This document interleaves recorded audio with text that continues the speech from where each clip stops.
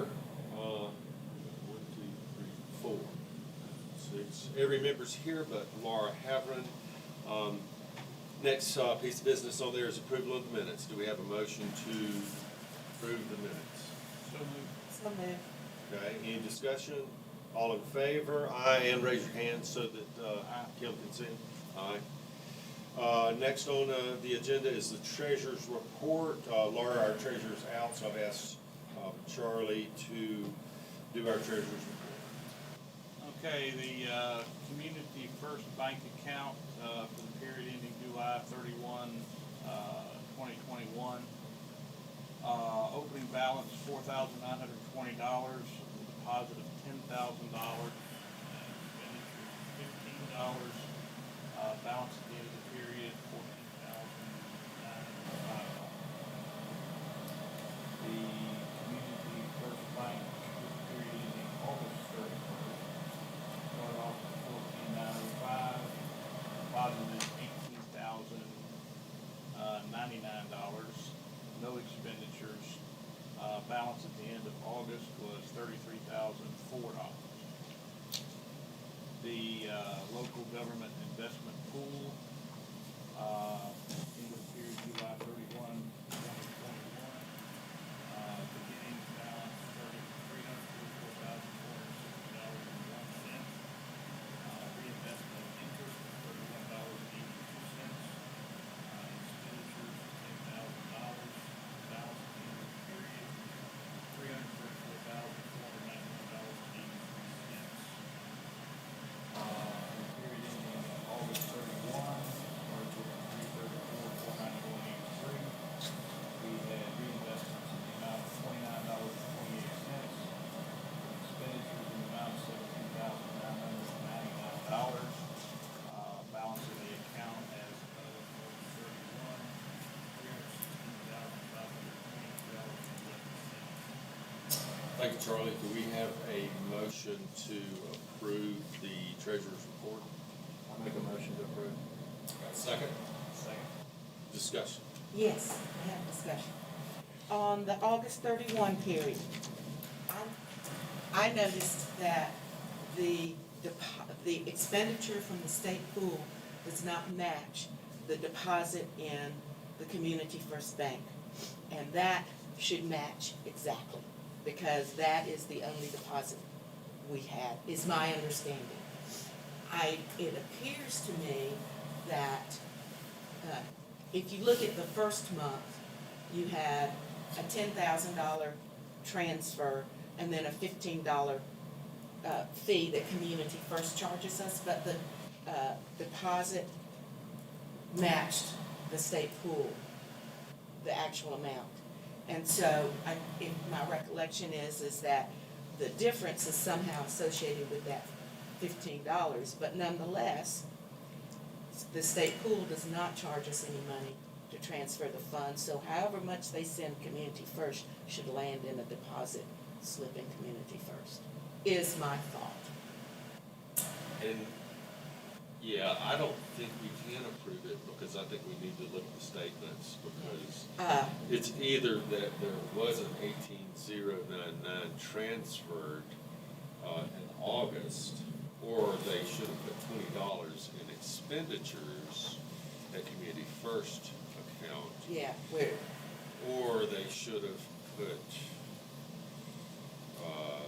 17 whatever as the deposit. oh, well, no, they should have put expenditures from the local government investment pool of 18,099. Either one of those would make it balance. Yeah, So, we could, so I think what we need to do is not approve it this time. So we'll get Laura to look at those statements and we will, You need an amendment to the motion for that? no, well, we just can all vote it no. down. Or I'm gonna vote no. Yeah. So, everybody get that? Okay, so all in favor, say aye. No, all opposed, Oh, say no. no. No. No. Okay, all right. I said aye.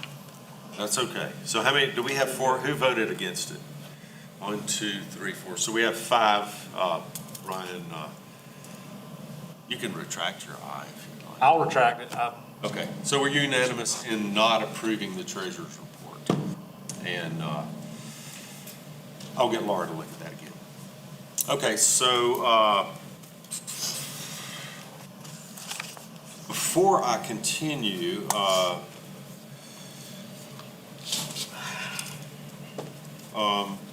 Ryan, did we want to move the, I think what we need to do is to move the Crawford Mill application to the end of it, because y'all can participate in everything up to that. That's correct. You can participate. So I'd like to move that we adjust the, I should have done this before, adjust our agenda to move the Crawford Mill application to the end. Sorry, Eddie, and is it Alex? Norm. No, Norm. Norm, hey, how are you doing? Hadn't seen you in a while. Yeah, it's been a while. Okay, so the only person representing, are you gonna stay here to represent? Yeah, if I can go down there. I don't think he can. Yeah, he's part of the applicant. He will Okay. be. Generally, okay. Generally, when a person's recused, then they cannot comment on, in any capacity. But that's just. Even as a member of the public? As- I'm not certain in Oconee County and South Carolina. I don't know. Do you know if Alex or anybody I else? don't think he's coming. Okay. Okay. Well, we're gonna have you represent the applicant, and Eddie, you're here also on behalf of the applicant, I think. Okay. So, do we have a second on moving the Crawford Mill application to the end? So move. Okay, any discussion? All in favor? Aye. Okay. Okay, so next on there is fundraising and public relations reports. Let's do public relations. That's why Norm's here. I think, Ryan, you've got a little bit of reporting to do on that. Yeah, so last week, Norm was so kind to come down to Crawford Mill and visit with my uncle, Craig Keys. I was present and just had a good conversation, good dialogue. Norm was able to bring their head photographer and got some really good pictures, brought his drone, did some aerial pictures. And I don't know the plan of how they plan to put it in the paper or whatever, but I think he's got some good thorough information from as well as 2 other interviews he did. And really looking forward to it, because I think this is kind of what we were hoping, to kind of get information out about what we're doing, to kind of quasi-educate the public a little bit and get some positive PR. Right before our meeting started, Raleigh West called me, and I thought he was calling to tell me he was running late to get here I didn't know why he was calling. I just thought it was a little, and he said, hey, I was just curious, could you guys maybe assign a person or two to get with me to, he said, I would like to do an article, I think for the state paper, I'm not sure what publication, but discussing how the SECB collaborates with counties to, like, what you guys specifically have going on. And I was like, sure. And he said, this isn't going to be a really long, this is like a 500-word piece. So I said that I would bring it up to the group. I know that Laura has been really good in kind of forming some stuff. I don't know if her background is in sort of that area, but without her being here, I can't really ask if she would be willing to do it. But if she's not, I can help, or however we want to do it. He just kind of wanted to put it out. What's that? I'll volunteer, Laura. Just let the minutes. She like would that. expect But- no less from you, Charlie. But again, I think it's a positive thing, and but yeah, on our end, I'm just really excited to see what Norm comes up with, and I look forward to it. I think it'll be a good thing. One thing, Ron, is since it's going to be limited to 500 words, that almost sounds like it's going to be a letter to the editor versus, but anyway, regardless of what it is, it might be interesting if we could give him the number of projects that we've approved where the South Carolina Conservation Bank also, That's probably what he wants. He did Yeah. ask me, which he said, is there a council member present at your meeting to have to approve things? And I said, no. Council, we bring what we propose before council and they approve or deny. And I said, so far we've been on the same page, but that's the way our ordinance is set up. And he was Yeah. like, okay. And then I had to go because I heard somebody talking and I thought our Yeah. meeting started. So. Mhm. And I don't, well, of course, there were some things approved before I was on the, Yeah. on the board. I don't think we have anybody who's been here from the inception anymore. But it's not that many. That should be a fairly easy number to come up with. Yeah. And he might be kind of sniffing around to find out how our council, because see, Greenville County's he's probably trying to, okay, this is what they do. This Yeah. is what's worked there. This is what they've done. I can't speak for him. We didn't have enough time, but I'm guessing that's why he specifically asked me, what's the council's role and how you meet? Do you have authority to do it on your own? And I said, no. Like they do have to approve it. Yeah. So. Yeah. I was talking with Owen McBride, he's with the South Carolina Association of Counties. I was talking to him about endowments, actually, and he said that there's around 10 or so counties now that have conservation banks. Really? Yeah, and several of them that have done it fairly recently. Awesome. Yeah. So when do we need to get the info to Raleigh? I'll contact him after the meeting, and he didn't give me a time frame or what he was hoping. Okay. But we can jump on it. I mean, Yeah. That sounds great. It yeah. does, definitely does. I don't think we need a motion on that. We'll just continue with that. Norm, did you want to speak at all? No, I'm here to listen. I came to see how this works. Okay. We're tentatively scheduled for next week. It could be another week, but I think that's what we're thinking right now. Thank you. We're looking forward to seeing it. Look, I'm glad I'm here because I think this is the final piece that I didn't Okay. really understand as much. Great. Thank you so much for being willing to do that for us. Fundraising report. In that vein, I mean, we have a small committee, Laura, Emily, and myself, talking about fundraising and also working on, actually, Ryan, you're on that committee. Yes, So I'm that's not. three. Ron's on the And fundraising. Laura, Ryan, and I. And one of the things that we've focused on is is an endowment. And that was one of the reasons why I was talking to Owen McBride with the South Carolina Association of Counties looking for endowment language. I've also communicated with the Natural Land Trust and Upstate Forever about that. Didn't get any kind of model endowment language as part of that. Scott Park with Upstate Forever led me to Dean Woods, who's the president of the Foothills Community Foundation. Had a good conversation with Dean. Community foundations are local foundations that take in funds from all kind of sources.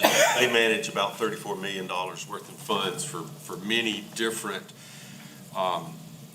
particular entities and, donors that have endowments and other kind of funds with the community foundation, including there are some local government funds in there.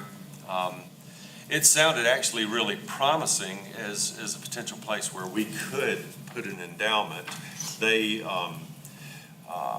He was talking about their returns on investment, recently running from 6% to 12%. They shoot for either 4 to 5% return on their investments, much better than our state pool. So I think that was progress. He sent me some materials on that, and I think that it would probably be a good idea at some point to invite him to make a presentation to us. I mentioned that to him. Our next meeting's November 9th. He's penciled that in for us. I think that would probably be a good idea to have him do that. And that's what I'm going to do, is ask him to come present. 5% return is impressive. Yeah. You run the numbers on it. Yeah, over the years, yeah. Yeah, he, That's the long term. yeah, they use Goldman Sachs as their financial advisor, and when you have that much in funds to invest, you know, they give you extra attention. You know, they treat you extra well, and, you know, I don't know, it just sounds like a good potential way to go for us. You have anything else to report on fundraising? Yeah, I don't either. We did get from Nick the list of local groups that we can make presentations for, and we'll probably follow through on doing that before the next meeting or before the end of the year. That's all I've got for fundraising, all we've got for public relations reports. Anything else by anybody on that?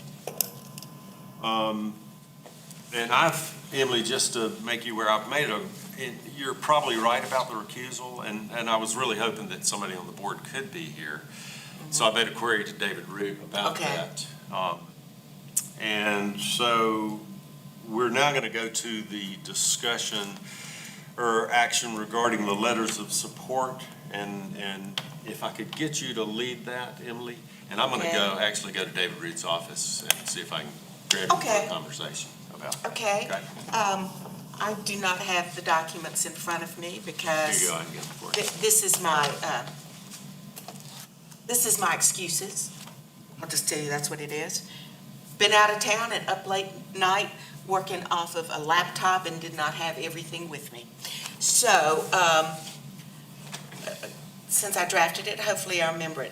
The background is that we had a request from one of the applicants several months ago, y'all may recall, to submit a letter of report to the South Carolina Conservation Bank.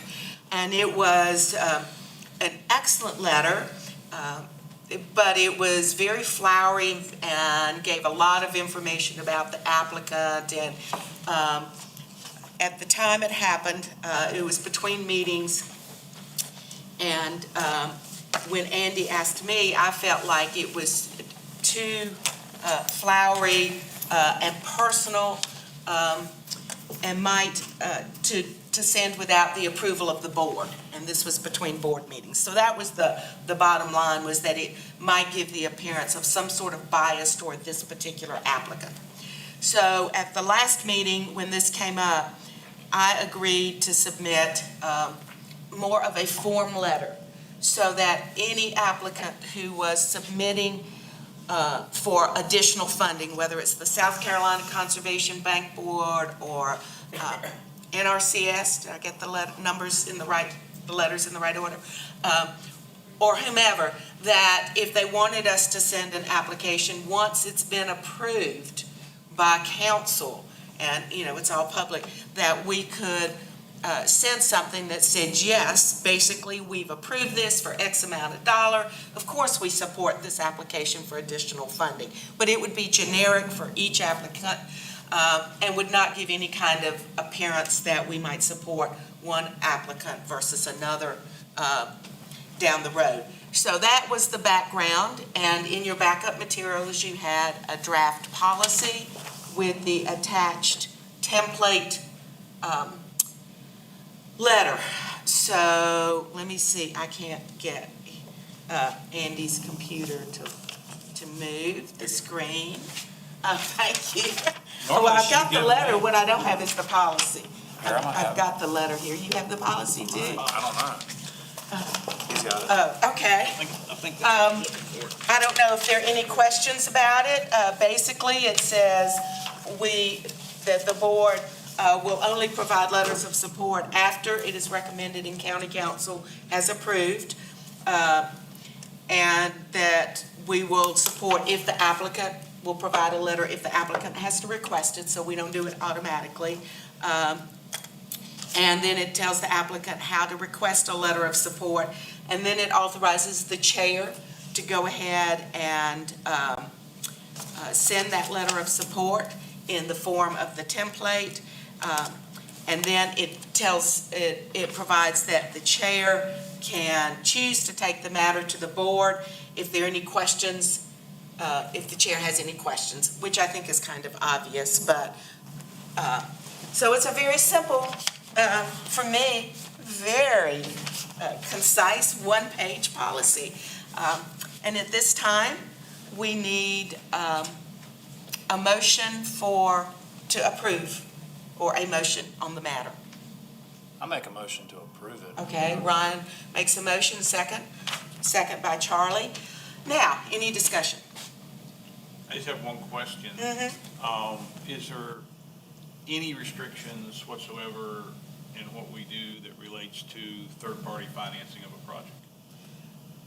No, not that I know of. The ordinance does not say anything about third-party financing of a project.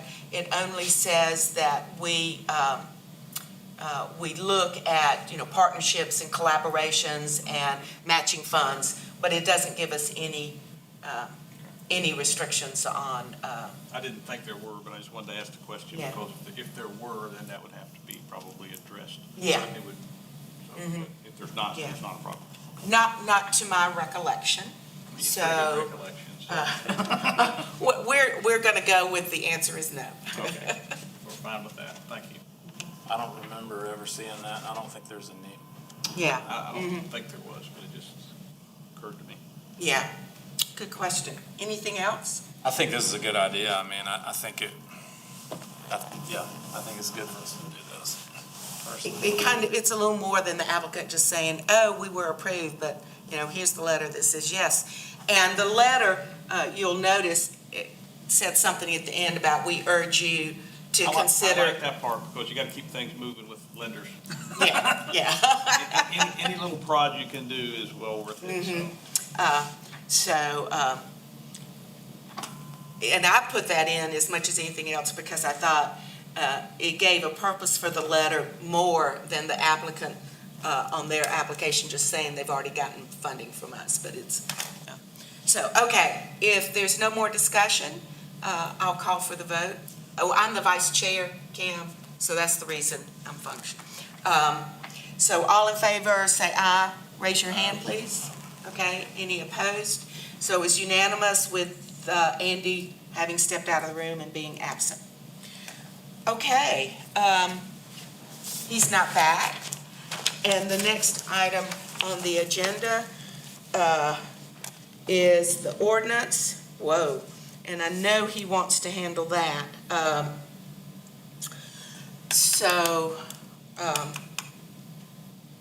Because he has had discussions about it. I can start telling you that.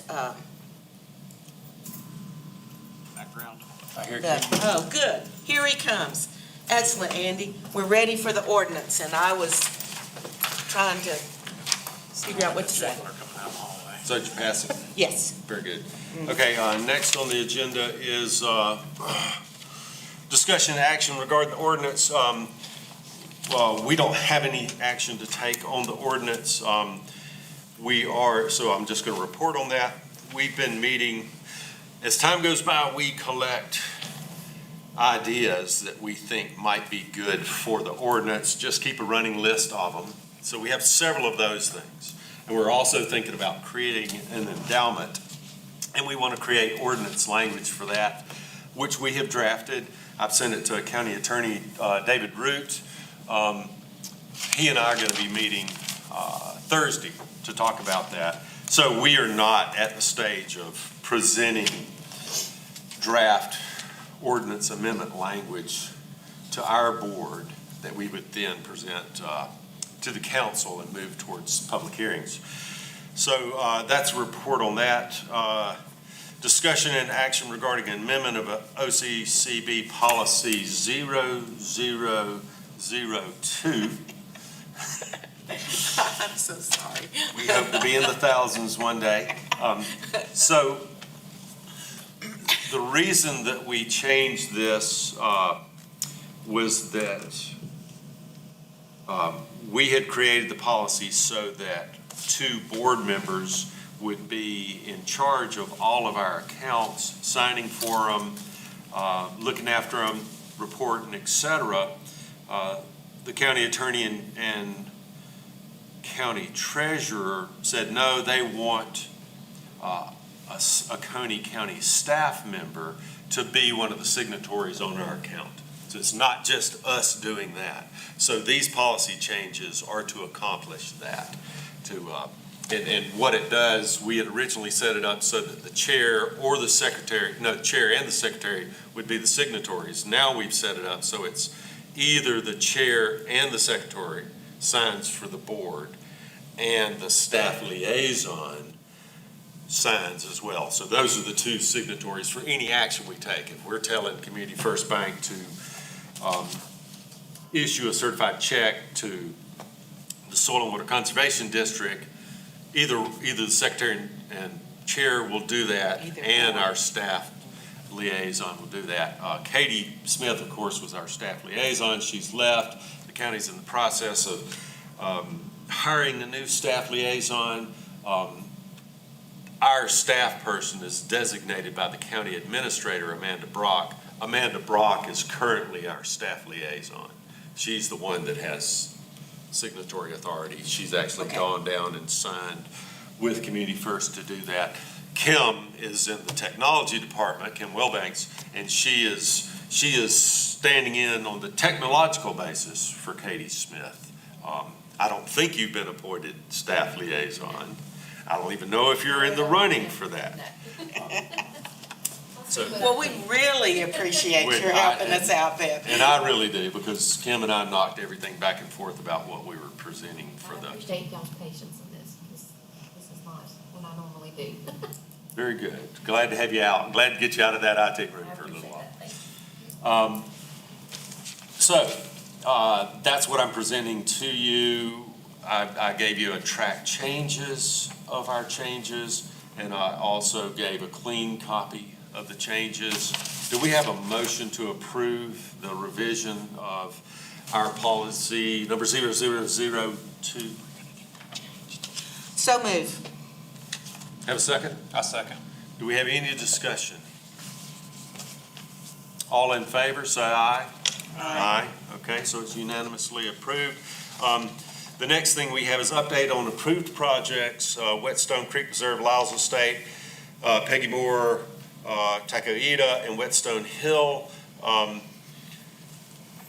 Related to the Whetstone Creek Preserve, Lyles Estate, we have the grant agreement. Well, first thing we have on there is our charts. And I can make a quick report, and we'll go to the Lyles Estate. So the Tacoita closed on September 2nd. The Whetstone Hill, the report that I got from Eddie on that was, boy, if I could only remember that. Boy, what was it going to close? That's when is that going to close, Eddie? You're talking about Whetstone? Yes, sir, Whetstone Hill. I'm not involved. You're not involved in that. That's right, I'm sorry. That's the reason you can't remember what he said. Do you want to? You can report on Peggy Moore. Peggy Moore is the one, and if you would, Eddie, give us an update on that. I think it was October 30th, is that right? Yeah, if you would, please, sir.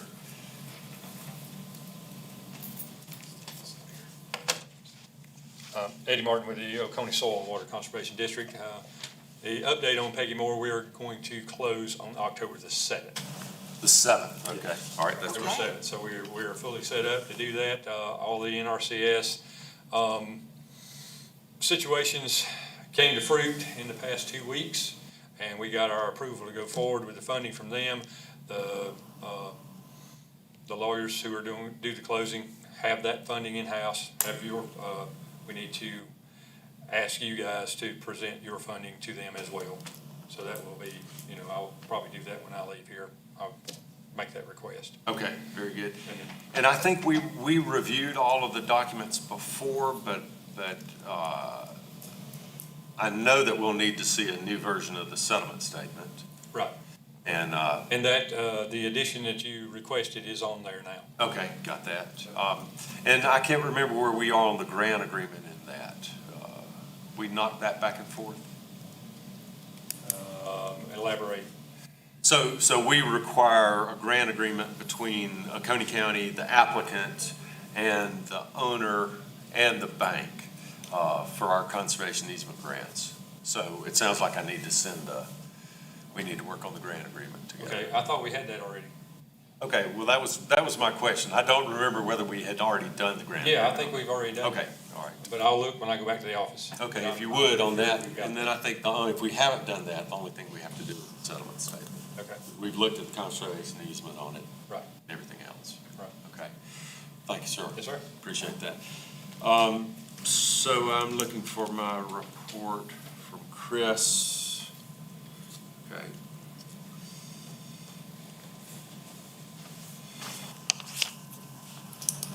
He says, Chris, that they have, this is Chris Starker's email to me in response to my request on the status of Whetstone Hill. They've signed this is from September 8th, they've signed the grant agreement. The South Carolina Conservation Bank is going to make their determination on funding tomorrow, September 22nd. And then Mr. Lombard, the owner, is going to complete any additional due diligence task and close as soon as possible. He anticipates closing before Thanksgiving. So that's Peggy Moore, Tacoita, Whetstone Hill, Whetstone Creek Preserve, Lyles Estate. This is a project that closed. Okay. Yes, That ma'am. was the Whetstone Hill, Whetstone Hill with Upstate Forever. yeah, and now you're doing, Whetstone Creek oh, Preserve slash Whetstone Creek, Lyles. yeah, I heard Hill and I'm going, okay, Lyles Whetstone Estate. Creek, Okay. okay. So the Lyles Estate closed December 29th of 2020. We gave them a grant of $66,100. That was to the Natureland Trust for the fee simple purchase of that 155.56 acres. No conservation easement on it, with the intention stated in the application that this property's future would be to be transferred to the Sumter National Forest, to the U.S. Forest Service. And we approved that on the basis of the application and on the basis that we all saw the U.S. Forest Service as it is an eligible recipient, but also as a conservation-oriented entity that would maintain the conservation provisions and principles that we are granting funds for. We signed a grant agreement with the Natureland Trust that has a provision in it that gives us, the Conservation Bank, the unilateral authority to approve or deny a future transfer of the property. So if they were going to try to transfer it to a developer, we could say, nah, you can't do that. That's not what you applied for. The issue that's come up is. Can I say something real quick? Yeah. For all the board members, just to make it clear, and that's in the ordinance. I mean, it's reflected in the grant, but the ordinance says that if we give a grant to a conservation easement, then the conservation easement can't be transferred except to a qualified applicant and with our approval. And if it's a fee simple that we gave a grant for, that they can only transfer it to a qualified applicant with the board's permission. So the grant has it in it and it's recorded, but it is also required in the ordinance. Yeah, so that's our basis for having grant agreements, is in the ordinance. But there have been issues that have come up with this, and particularly with federal entity. I did talk to Raleigh West about this issue. He's the executive director of the South Carolina Conservation Bank. The federal government is not a eligible recipient for their grants. They're not even on the list. So they wouldn't they wouldn't consider this. Mr. West did say he wished they were. He thinks that they would be a good recipient of their grant funds and steward of land. But we've got an issue with this, and the issue is that we've given $66,000, which is a lot for us. That's dear money to us, and it's the federal government. We're going to have very little ability to control what happens to the property after it transfers from our grantee, which is the National Land Trust.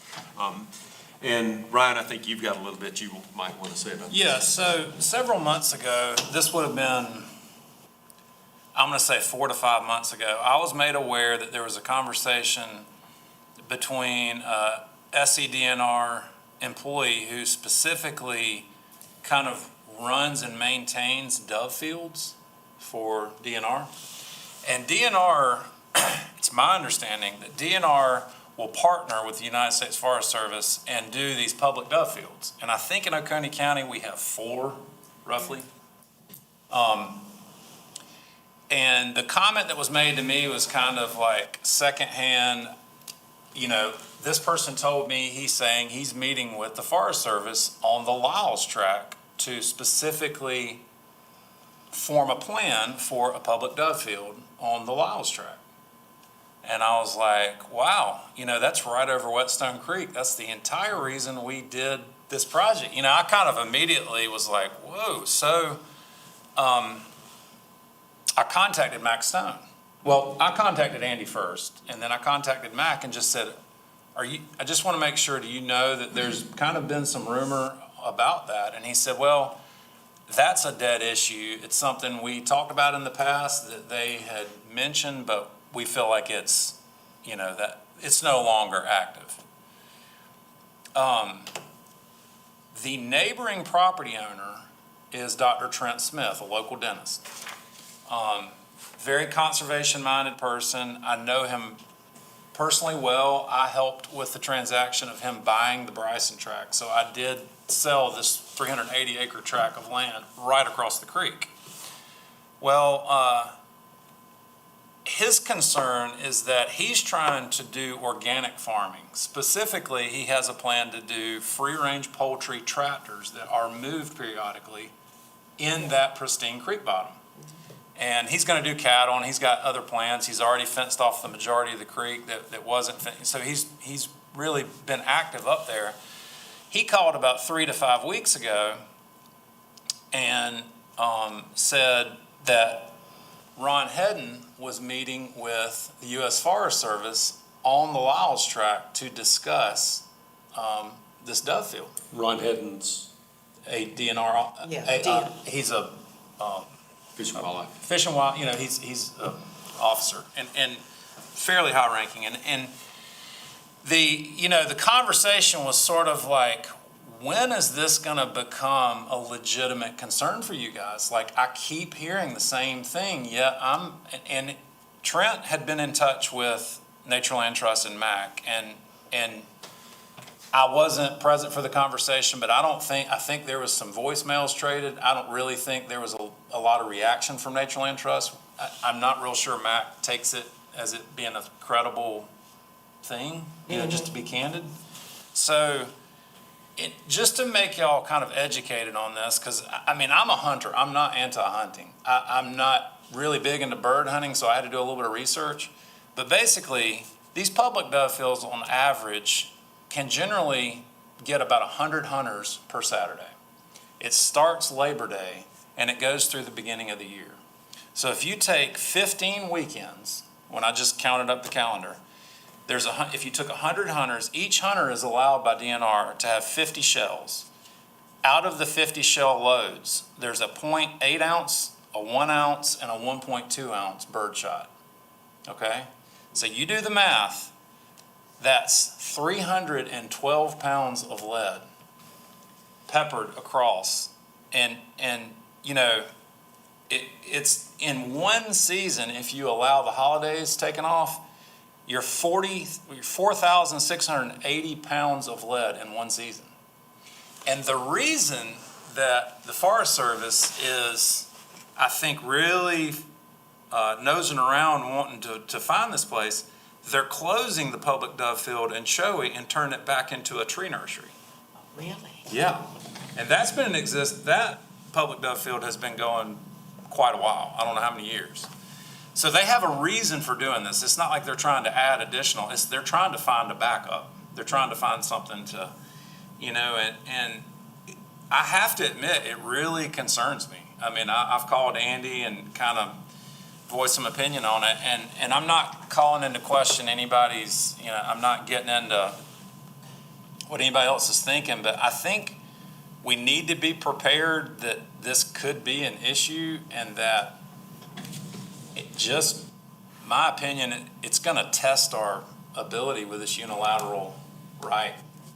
And really, now that I kind of see how the transaction took place, it really appears that Natureland Trust had already been in conversation with the Forest Service that made it known they wanted the property. And Natureland Trust was basically bridging the gap. Yeah. We can handle this for a couple of years until you get your funding.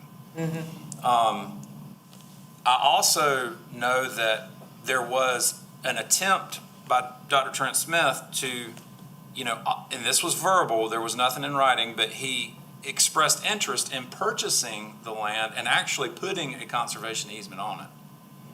And at the point that Max Stone and Natureland Trust were at with the U.S. Forest Service, he had no interest in doing that. And the simple thing Trent wanted was the ability to have a single home site. And they didn't want to do that. So, I want everybody to know I'm being transparent with what I know,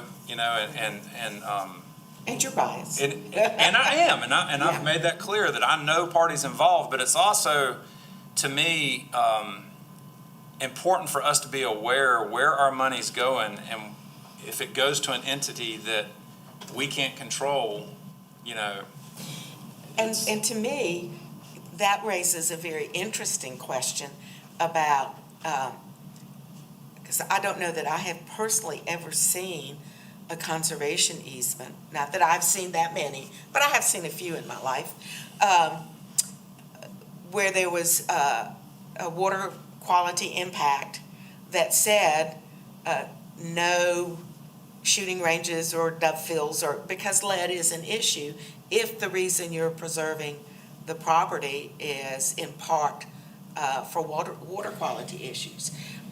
So that's a very interesting thing, I think, on many levels, including when we have fee simple purchases, and when we give grant money to someone who says we're going to be transferring it down the road. I think you're right, on this particular property, we're probably going to have to face this issue if they're going forward with how much scrutiny do we give the transfer, but I think it also has implications as we look at future properties. I do too. It's very, it's a very very interesting learning experience, and I mean,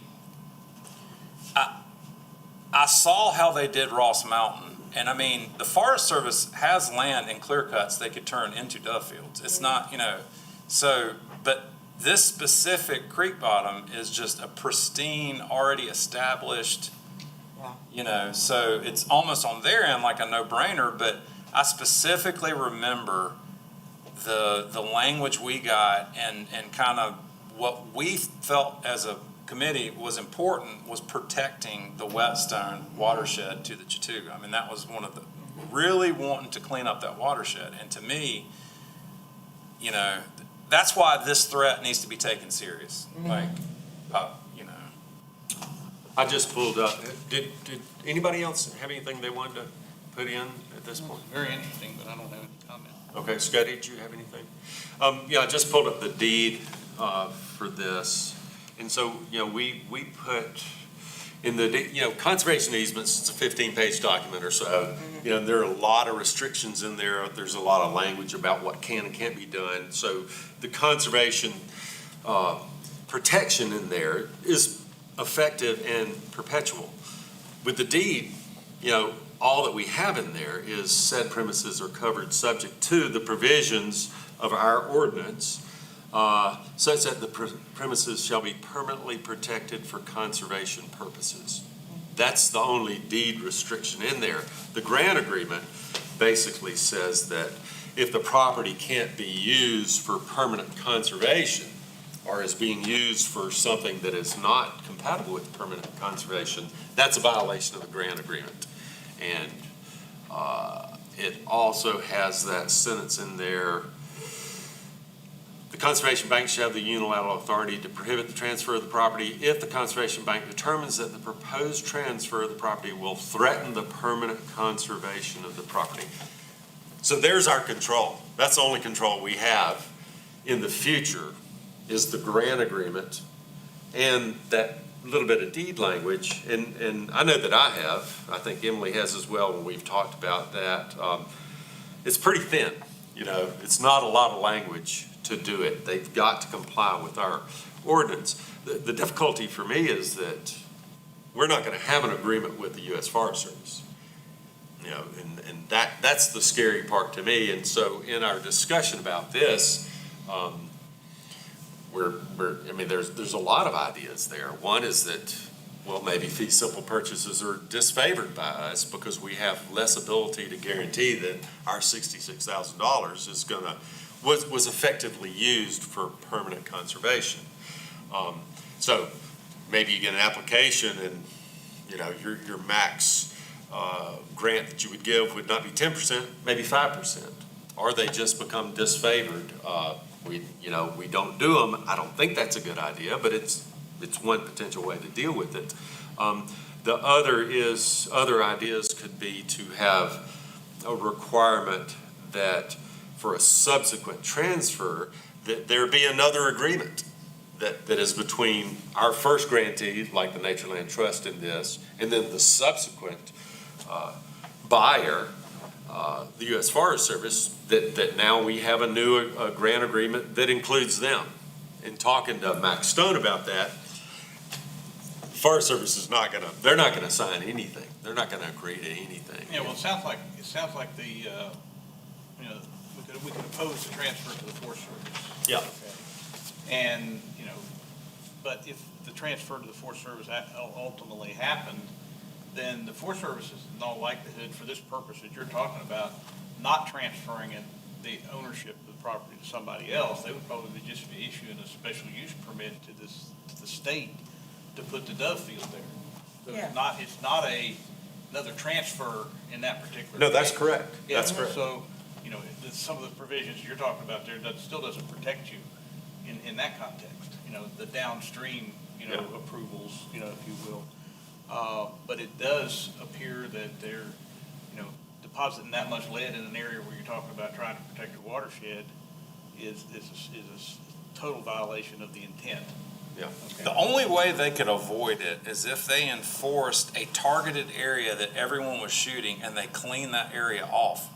There's not gonna public happen. courses, it's not gonna happen. There's really nice public courses. There's one down outside Savannah, and they all shoot in the same area, and then they take machines and they go in and clean it and Do they really? repurpose it and rebag it and use the lead.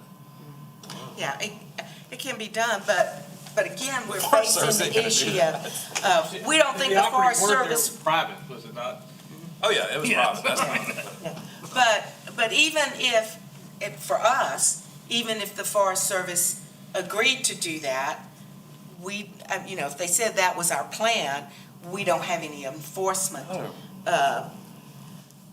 Unless they have done something. And one of the things that I think is important is if this comes to us, I think there are a lot of different issues here. But one of the issues is we know the Forest Service will not take a property that has a conservation easement on it. Or I believe we know that, and that's the reason this was a fee simple, or one of the things I think Mac was considering. But for any fee simple transfer to another qualified applicant, I think we need to consider that in order to prove it, that applicant must agree to for example, recording a grant agreement. I don't think that the Forest Service You will mean the subsequent buyer? Yes, Okay. because if they got our grant, they can only transfer it with our approval to another qualified applicant. And I think that we need to start considering that if we are going to approve such, whether it's this one or a future one, that we would say, okay, we will approve it only if you agree to the terms of the grant agreement and it's recorded. If we are thinking that that is an appropriate way to deal with fee simple transfers, again, regardless of what happens with this one, but I do think that the Forest Service might have a problem accepting a grant agreement, agreeing to sign a grant agreement. I think that Mac needs to know that we're considering that option. And I talked to Mac, I guess last week sometime, that we were gonna be discussing this. We're not gonna make a decision here now. No, it's not That's even what before presented. us. And that's what I told him. So you're welcome to come and talk about this. I'd like for you. That's why I'm telling you this, because this is something that's gonna be on your plate. Logistically, he said that he anticipates that transfer will happen next year, next spring. So it's gonna come before us at that point.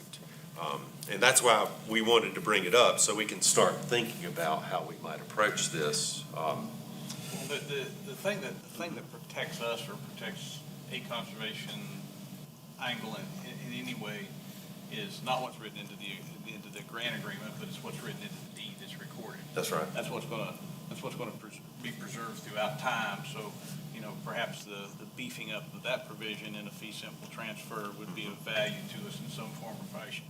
And then the other thought I had was use the leverage of the board with, who is it that we're talking about that has it now, the Nature Land Trust? Yes, sir.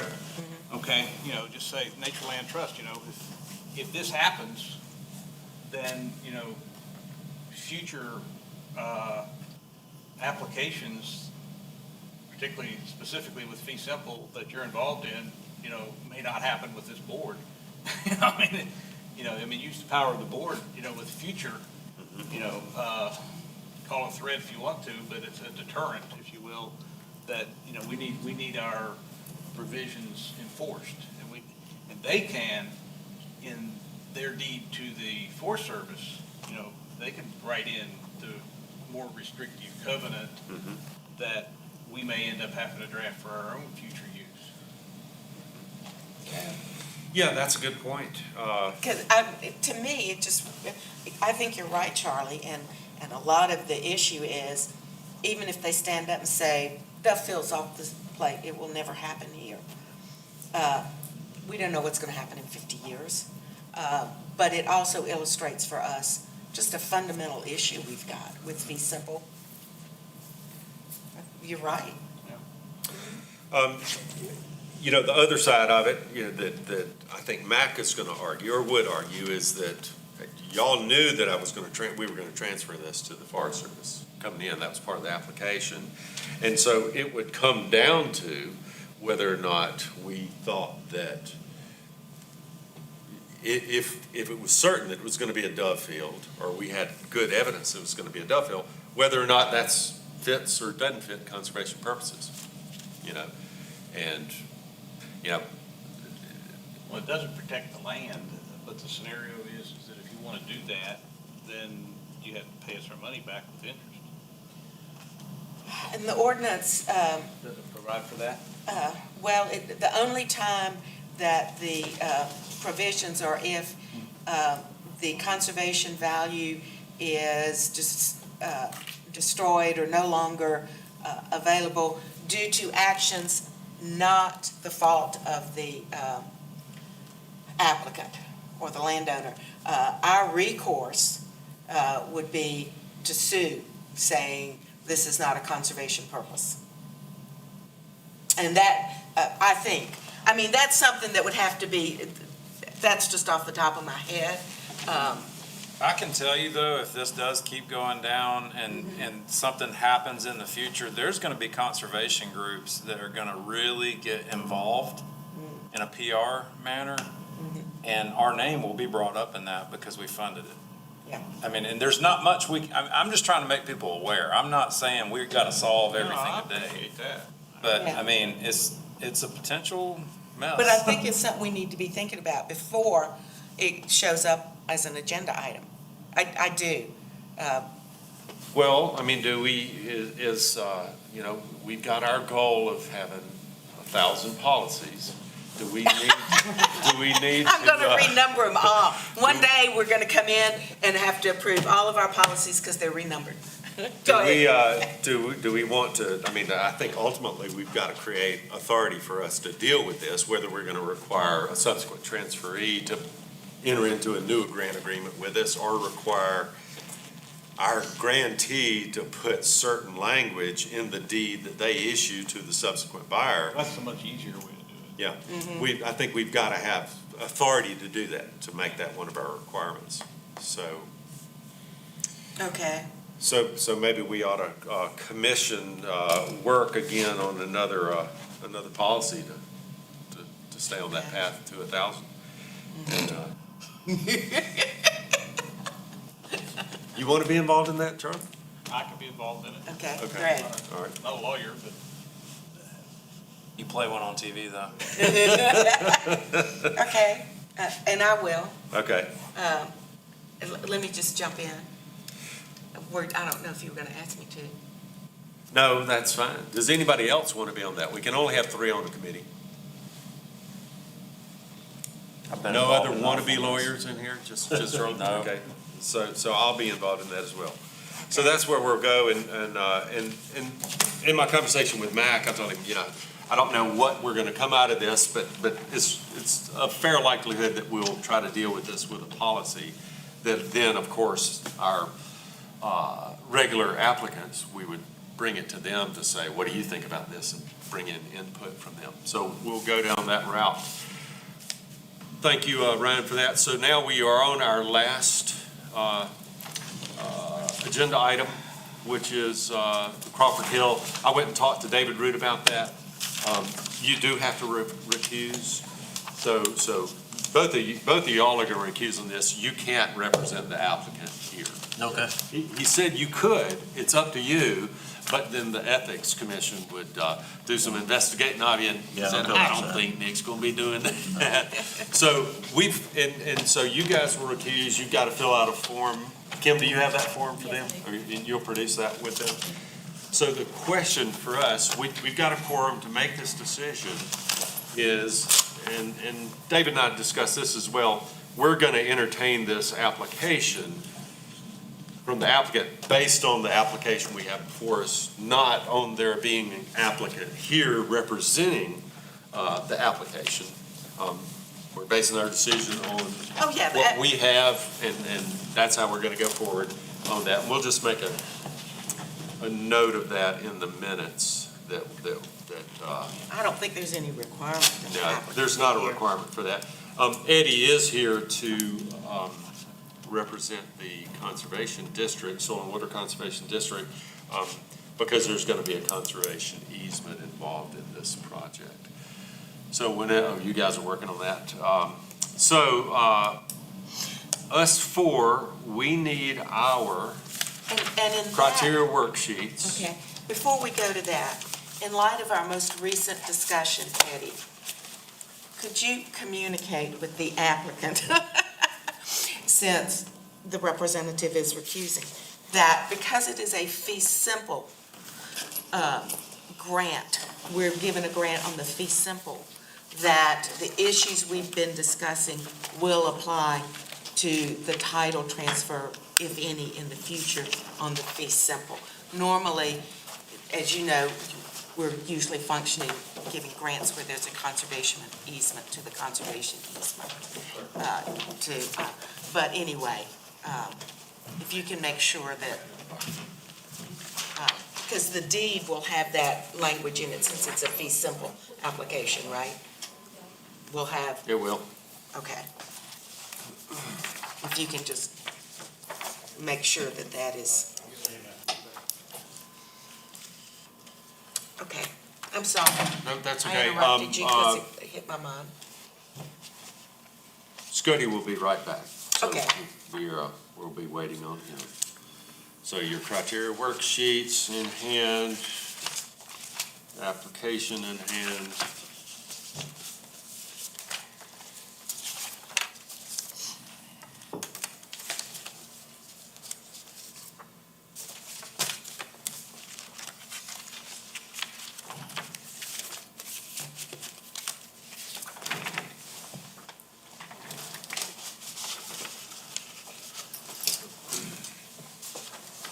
Let's go to,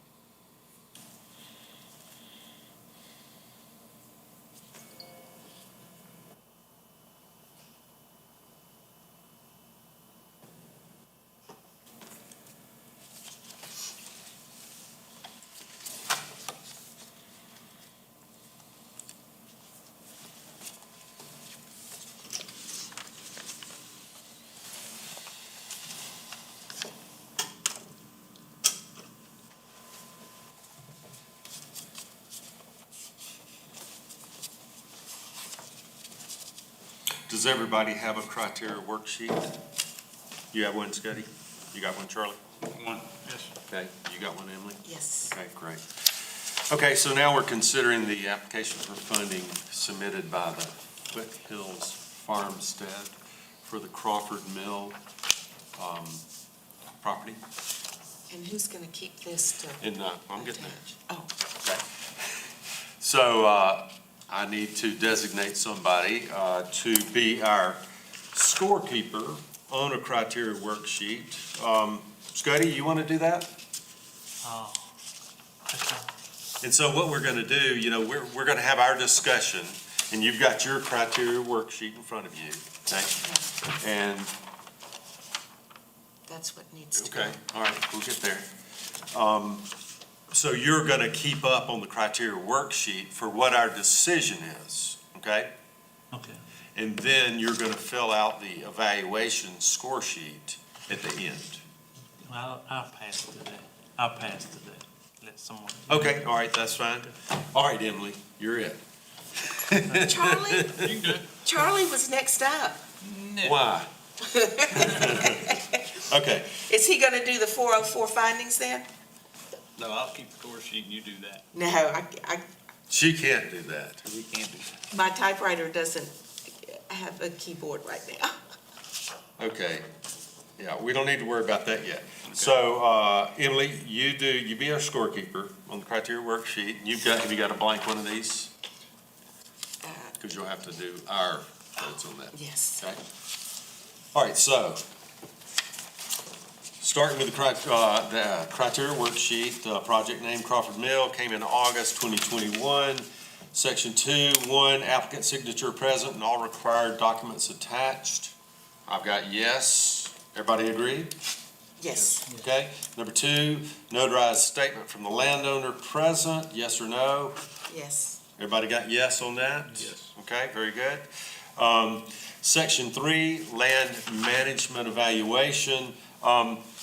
This is a pass-fail. So the land manager, per the application, is the Foothills Farmstead. And so I didn't think there was enough information from the Foothills Farmstead on this, so I talked to the president of the board, Alex Vassy, yesterday, who is the contact for the applicant. And one of the things we didn't have and we don't require was a proof that they're a 501c3, which is the requirement for a private nonprofit. He sent me a copy of their IRS letter of determination that they are a 501c3. So I checked that off of it. Now I'm just looking for. Is that going to be attached to the minutes or made a part of the application? Yes, and there are going to be several things that are going to be attached to that. Okay. Because we had other responses from this. Let's see, so here's what Alex said. This is the president of the board. I asked him for, just give us a little bit more information about the Foothills Farmstead. They're getting the grant. They're going to ultimately be the fee simple owner of this property. That's the intent of what they're doing. There'll also be a conservation easement on it, which I didn't think was clear in the application, but after conversations with Eddie and with Alex Vassy, there will be a conservation easement on the property as well. So in response to my question to the president of the board of the Foothills Farmstead, Alex said, the Foothills Farmstead began in 2017 as a nonprofit organization with the initial goal of creating a living history working farm in Oakway, South Carolina. We have raised in excess of $150,000 through grants and donations for our first project, moving the main farmhouse. Grants include those from South Carolina Parks and Recreation and Tourism, U.S. Department of Agriculture, Oconee County ATAX, and other organizations. This project is slated to be completed by December 31st, 2021. That's the moving of the farmhouse, I guess, and rehabbing it. We officially opened to the public in July of 2020 with the hours of 10 to noon each Saturday. After the large 1870s farmhouse is complete, we plan to move on to the next of our building projects that include an 1835 settler's cabin, the main barn, and an 1880 general store. We are greatly supported by a wide community that focuses on the entire region of the foothills of the southern Appalachian Mountains. So I asked him to just tell us a little bit about what y'all have done so that we have an idea that you're a legitimate entity, that you have goals and that you're trying to meet your goals and you're doing work, that sort of thing. That was his response. Another aspect of this is a multi-layered project and application. There's a regional tourism entity called Lake Hartwell Country Regional Tourism Commission. I assume it's a kind of a regional state entity, governmental entity. And so they do tourism for, I think, Pickens, Oconee, and Anderson. They manage the, they have oversight over, and some of this info was in our application package and in response to queries. They are working with the Foothills Farmstead as the administrative entity that will actually do the hiring and firing and all the bookkeeping for the Farmstead. They're in this realm of activity, they oversee the Bart Garrison Agricultural Museum of South Carolina, which is the only agricultural museum in South Carolina that's owned by the state. They'll oversee the Foothills Farmstead project on the 16 acres that I was just talking about, where they're going to have the 1800s farmstead, and they're going to oversee the Foothill Farmstead's work on the Crawford Mill project as well. So that's just to say that's another component of who this applicant is and their ability to manage this property.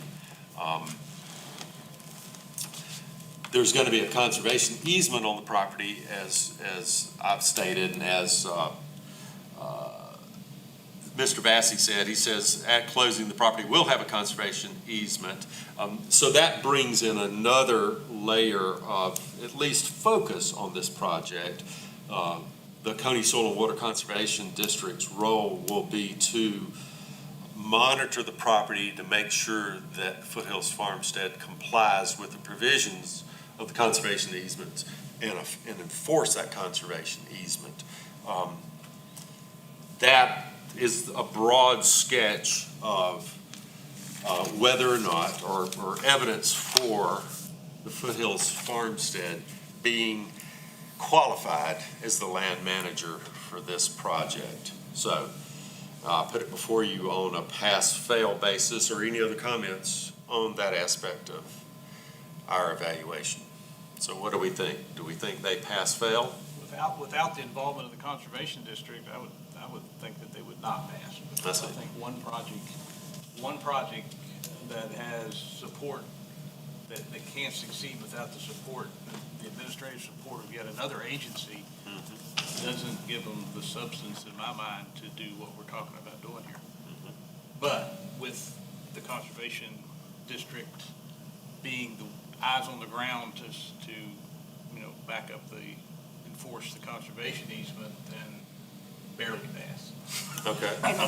Could I Yeah, we will. Let us discuss, and I'm going to call you up, Eddie. Okay. And I'll just say that was what raised my comfort level also, was. Discomfort level. No comfort level. Raised my Oh, I see. comfort I got you. level Okay. Gotcha. to where it is the Soil and Waters holding that conservation easement. I think of on the entire project. And Scotty, you're probably familiar with this property. Oh, yeah. I used to play in that stream. We used to go down there and play when we were children. I just lived right across the Highway 11 off Rock Hill Road from Right. it. So I've been there all my life. I know all. What do you think about, I don't know if you know the Foothills Farmstead and those folks. What do you think about their managerial? I don't know Capabilities. anything about Foothill Farmstead, Okay. but I'm familiar with the area. Okay. Very familiar. Okay, I understand. And I'll also say too, we didn't assign anybody to go look at the property. And at our last meeting, I thought of that last week, and I called Ryan, it's his uncle that owns this property, and asked him if he would show it to me so I could report a little bit. And this goes to the managerial aspect of it, in that Rock Creek, which runs through the property, is a big, beautiful creek that gets a fair amount of public traffic for folks just coming out there and being there. I think they actually either used to or still do hold baptisms there. I say that it's to say that it's vulnerable, that it needs to be managed well, that's a concern. Eddie, if you would, could you come up and talk from your perspective? I think you know probably more about this than any of us Well, in terms of what's happening. I have been in on the conception of this project since the beginning. They approached us about the idea of it and the manipulation of the whole process. We talked with Lake Hartwell Country as a partner in this. They were, because they had the resources that the farmstead did not have as far as docents and employees. Okay. All right, so they were already fixtured in that aspect. They also run the Century Farm program for South Carolina. They are over it. So they are a well-established entity that we used to help come in on this with their state funding so that we could, like I said, this is a partnership program. And the South Carolina Conservation Bank loves to see where there participation of many entities in one of these type situations. So we thought the more people we could get on board there, the better the whole project looked. Again, the Foothills Farmstead is a smaller organization that has, been in effect probably 5 years or so. So the owner of the property desired the farmstead to own it because he was fully familiar with the farmstead and what they were trying to do on the 16 acres, and he thought this would be a great addition to that. So he wanted the farmstead to own it. So that's where that piece of the puzzle came in. So we went forward with that, talked to Lake Hartwell Country. We got them down there from their aspect of historic preservation. Because if you go to their site and look at the things that they do, they now have a program. They have restored an 1800s mule barn from Abbeville. They brought and put on the site of the Bart Garrison Museum footprint. And that thing is fantastic. They're using it as an event center. But, you know, they came in, they refurbished it. They also have a program called Preserve the Blue Wall, which they will go out and talk to people who have buildings that they can't necessarily refurbish, but would like to have redone and preserved. And they have a unit of their entity that goes out and does these type of preservation projects. So they are well-versed in what the project needs to do, and they can help from a standpoint of where Foothills Farmstead might not have enough manpower. They will have the ability to add manpower to it. And like I said, the docents and the everyday running of the project. Right? So if I can ask a question, that just occurred to me. Does that mean that they are assuming the cost of providing all of those services? Or are they going to be, and I can't remember, I read what they submitted, but are they going to be charging Foothills for the cost of those services? No, it's No. a partnership project. So this is, okay. Okay. 'Cause yeah, It's the- part of their vision under their umbrella of what they do, to try Okay. to help. That's what I protect- thought. Yeah, to try to help protect the property and give a hand with the functioning of the property as it stands. Once everything gets in place and we open it to the public. Okay. So is there such a thing as having a joint applicant? I don't think we would be against that. That's not what we have, but yeah. I mean, I think in this particular case, having their name on the line with the Farmstead name would be meaningful as opposed to Yeah. just the Farmstead, because that's all there is. And it's. Well, and I didn't think of that specifically, but the same vein, my question would be, should we have Lake Hartwell Country be a signatory on the grant agreement? And I don't remember that the letter from that Lake Hartwell Country. I've got it here. if you want to see Okay, it. did it say the term of that agreement that they're going to enter into? Here it is. I don't think it did. It just said they're going to enter into, because they're just fantastic at the Bart Garrison. Yeah. At the Agricultural Museum there.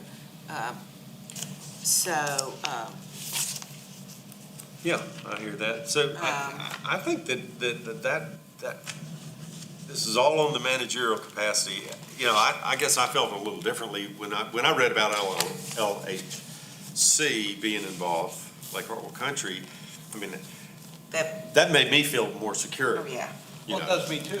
And I actually considered them the land manager, although I understand, That's not what the application said. Yeah, Yeah, they're not, yeah. and they won't be the land manager. and that was one of my questions. So in reality, they will be the land manager, but we don't have any documentation that says that they're the land manager. Well, they won't be the land manager. They're going to be the They're gonna be the one that administrator. does the work. No, I disagree. Foothills Farmstead is going to do the actual physical work on the ground. The LHH will be in the office saying, give me your monthly report on expenditures, Right, so. et cetera.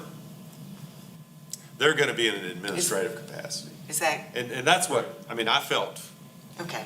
See, I understood it more like Charlie did, but that's okay, Yeah. I understand now. but I still think that they should be on the hook. Yeah, And the only way, partnerships come and go. yeah, the only way to get them on the hook at this point, in my opinion, unless we asked them to reapply, would be to get them in the grant agreement. But let's consider this. This is a fee simple. Foothills Farmstead is buying the property, and this is what they're going to do with it, and there's a conservation easement Right. on it. So we know there's going to be, from the conservation purposes, there's going to be incredible oversight. Good oversight. We're familiar with that. Incredible Yes, oversight. yes, exactly. And we're familiar with that organization. So, let's say Foothills Farmstead, one thing is that in 5 years they decide, we really don't need Lake Hartwell Country anymore because we've got the infrastructure to do it. Or Lake Hartwell Country says, we don't want to handle this project anymore. And worst case scenario, it's no longer, in 50 years, it's no longer a demonstration farm. What we're most concerned about is that the property is preserved for conservation purposes. That's where we've got the hook. We know that's going to be recorded. It will be, and we know they're going to be out once a week. So even if it was a bust, and they're going to make sure that when the property's closed up and whatever happens after the demonstration farm is gone, still meets the conservation goals of the conservation easement. So personally, I don't think we need to have Lake Hartwell Country on the grant agreement. That's just me. I yield. That's a good argument. Okay. Okay, very good. So how do we feel about this? Pass, fail? Pass. Pass. Yeah, I'll go along with that. Thank you, Eddie. Yes. We've never had one quite like that. And I mean, this is the No, we first, I think this is the first applicant we've had that's been a nonprofit entity. I mean, no, that's not true. Upstate River and them are Yeah. first of this scale. This is not a land trust. It's, well, Yeah, I this didn't is, have any trouble with their intent and their desire. It just seemed to me like they didn't have the gusto and the history, yeah. you know? Yeah. I mean, I think, but, you know, let's move on. Okay. I can look at Nick and say, he's got the gusto. He's going to do this. He's the man on the ground. Yeah. But I was concerned about the history and the track record, but you're right. Okay. Yeah. So, Section 3, Section 4, conservation criteria. Okay. So, environmental sensitivity. Wetlands, 0. 0. Okay. Blue line streams. I gave it a 4 because it runs right through the middle of the property, so the entire stream is protected with this, and it is in the Lake Hartwell watershed, which is a drinking thing. My question for Eddie on the conservation easement, what is it going to require in terms of a buffer?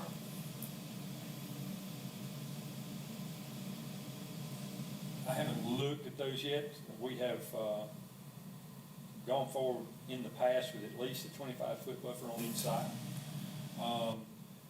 This one, in order to, I think we want to take a look at the existing use of this one and how it's laid out, and not necessarily add to that, but hold it as it is. So that Okay. wording can be put there in the conservation easement that we're going to hold the buffer as it is, and go Okay. forward with that if that's acceptable to you guys. Okay. Yeah, I think that's a good approach. I mean, I was there yesterday. There's a gravel road that ultimately doesn't go across the bridge. It actually crosses the stream bed. It's 10 feet from the stream in places, 25 feet in the stream from places, you know, so. Okay, Your ability to buffer there in terms of like 100-foot buffer is limited. And then upstream of there are 2 nice fields on there. There's where you could have a real buffer, but that's, okay, yeah. yeah, I mean, it's lawn down to the road, gravel road, just rough, short brush, and then creek. but you Okay, know buffers are my thing. Okay. 4 from her. I had 4. What about you two? 4. Okay, very good. C, adjacent to water classified by what they sent us is 0. Presence of threatened and endangered species by what they submitted, 0. Presence of habitat suitable by what they submitted, I gave it a 4. What about y'all? Oh, I gave it a 2. Okay, Emily gave it a 2. How about y'all? 3. 3. 3. Let's go with 3. Okay, Presence of native wildlife species, I gave it a 4 there. Emily? I gave it a 2 Look at again, you. but again, I haven't seen it. Okay. 4? Gotta be there. Okay, we're gonna go with 4 on that, if that's all Okay. right with you, Emily. Yeah. Extent of biodiversity, they didn't give us anything on that. Unique geological natural feature, the application said yes, but, that was retracted because it was referring to the petroglyphs. Y'all think waterfalls are unique geological features? Not around here. It would have to be a spectacular waterfall. Okay, we'll go 0 on that. How about baptismal pool? Is that a unique geological feature? I'm sure that if you are interested in being baptized, that'd probably be where you want to be baptized. It's just an incredible spot. Number 2, percentage of boundary share with protected land is 0. Historic cultural features, this is interesting to me. I think it hits, per the application, it hits C, in that it has petroglyphs there. We didn't see them yesterday. They're actually covered at this point to preserve them, but they're evidently, they're etched, deeply etched into rocks on the site. Well, see, that's interesting, because I struggled with this. I interpreted structures to mean a building, and I gave it 1 for being a prehistoric site because of the petroglyphs, but did not consider them structures. Oh, yep, I got you there. And so let me. Not that it matters in our long-term grading, but Okay, I understand. I actually misspoke there. I mean, it has old mill. It had a mill there in the 1700s that burned down in 1786, something like that. It hadn't been used since, but there's still features of that mill there. Oh, So those okay. are historic structures, and then his prehistoric site would be the petroglyphs. Okay, so And so I think we could give 1 and 1 there. But here's another thought on this. Their plans are, I mean, it's produced hay in the past. It may produce hay in the future. But from talking to Ryan about this, and Eddie, you may be able to shine light on this, that the intent is to have cornfields back in the fields, to rebuild that mill with parts from another mill, and bring an actual running mill into operation that grinds the corn that's grown on the property. I look at this as the entire thing. It's not a farm. It's a historic and cultural site. however, The corn is grown for the historical aspect. that is the future plans, and there are places where we can do it, but that's not what's there right now. Yeah, that's a good argument. That's probably a better argument. Eddie, what do you think? I was just gonna speak on the aspect of the mill and the possibility If of you would. growing Yeah. not only corn, but barley and wheat as well to be milled there in the future. Now, this is, it will take a long time. The Foothills Farmstead has a mill site that is being recovered, an actual mill. But that has to be, taken and put into storage and set up, and then the design or the retrofit on the side of the creek bank is gonna take some more engineering work and design there. So this is a long-term outlook for this project. It won't be anything that happens in 2 years or 3 years. But there is a mill that's being torn down and put into storage, and the plans are to, and that was one of the aspects that Mr. Keys thought highly of, is that Yeah. there was the mill, and it could possibly be put there and put into working effect. Okay, understood. And that goes to what Emily was saying, my move was to try to shift this on my own from C and D to F. And I still think that But there's. they have to apply that it's a solely Yeah, that's historical right. and cultural site, because they I went haven't. and checked, That's and right. they have not applied for that, and I don't think we should jump in and say it is if they haven't applied. in that category. And, Well, that thus ends my argument. okay, and I will, but I'm willing to accept from you that there's enough of that old burned mill to make it. Yeah, I saw structure. part of the rebar for that. yeah. Okay. Even though that wasn't, you're willing to give on that, even though they didn't include that in their application. Yeah, that's the reason we do site visits. Okay. It's, if you say that there is enough there right now Yeah, for it to qualify as a historic, prehistoric structure, then I will, that's the reason we have somebody visit it. But what do you give it? Well, that would give 3 a 2, because it gets a 1 for the prehistoric site from the petroglyphs. Right. and I probably would have argued for 4 under F for a total of 6. But, so we've got 2 from Emily, I've got 6. What have you got, Charlie?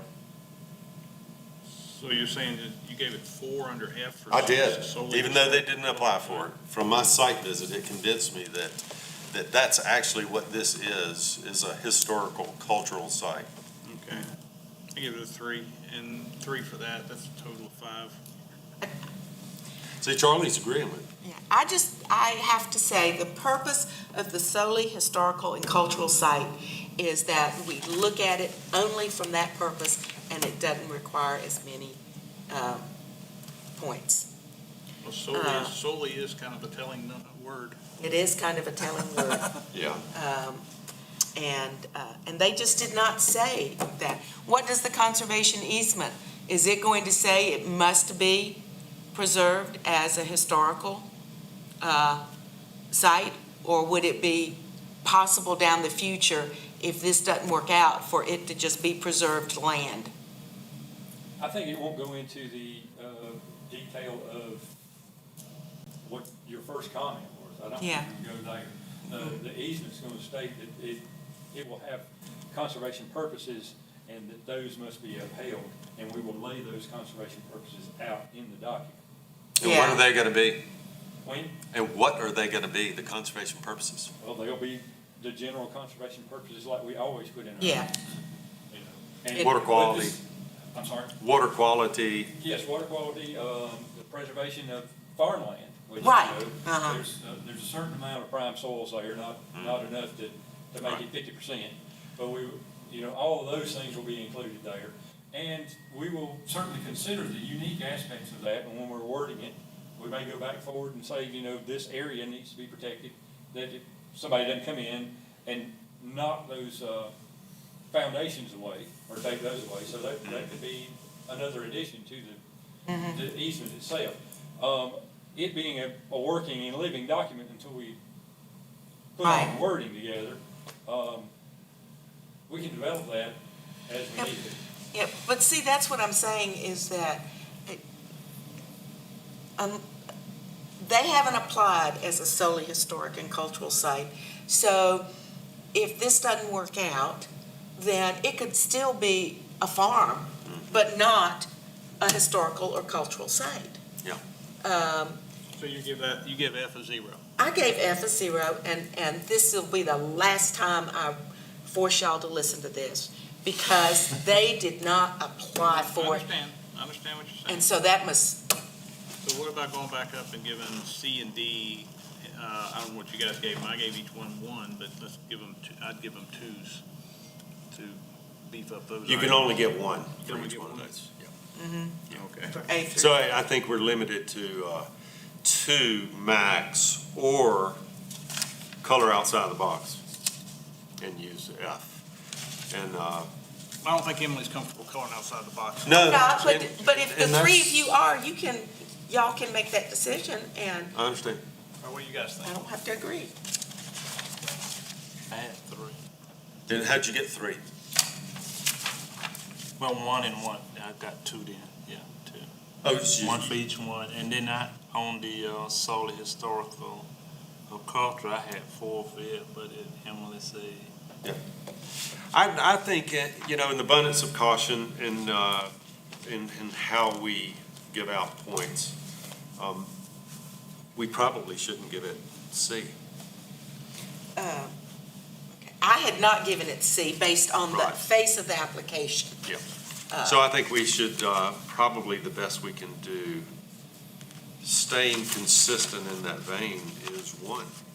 And this is probably something that we would have been better served if we had have queried them on this during the process. Yeah, Yeah, after the application was submitted. yes, if last month, if these questions, we just. We didn't see it till we, attended more detail to our analysis of it.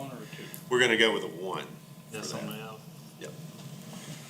So 4, prime statewide soil types, 0. It has them, but not at the percentage required. Actively farmed, it's not actively farmed. Future plans are to farm it. Let's see, so I'm going to give, I gave it a 3. I'm going to give it a 3 as well. That's what I have. 3.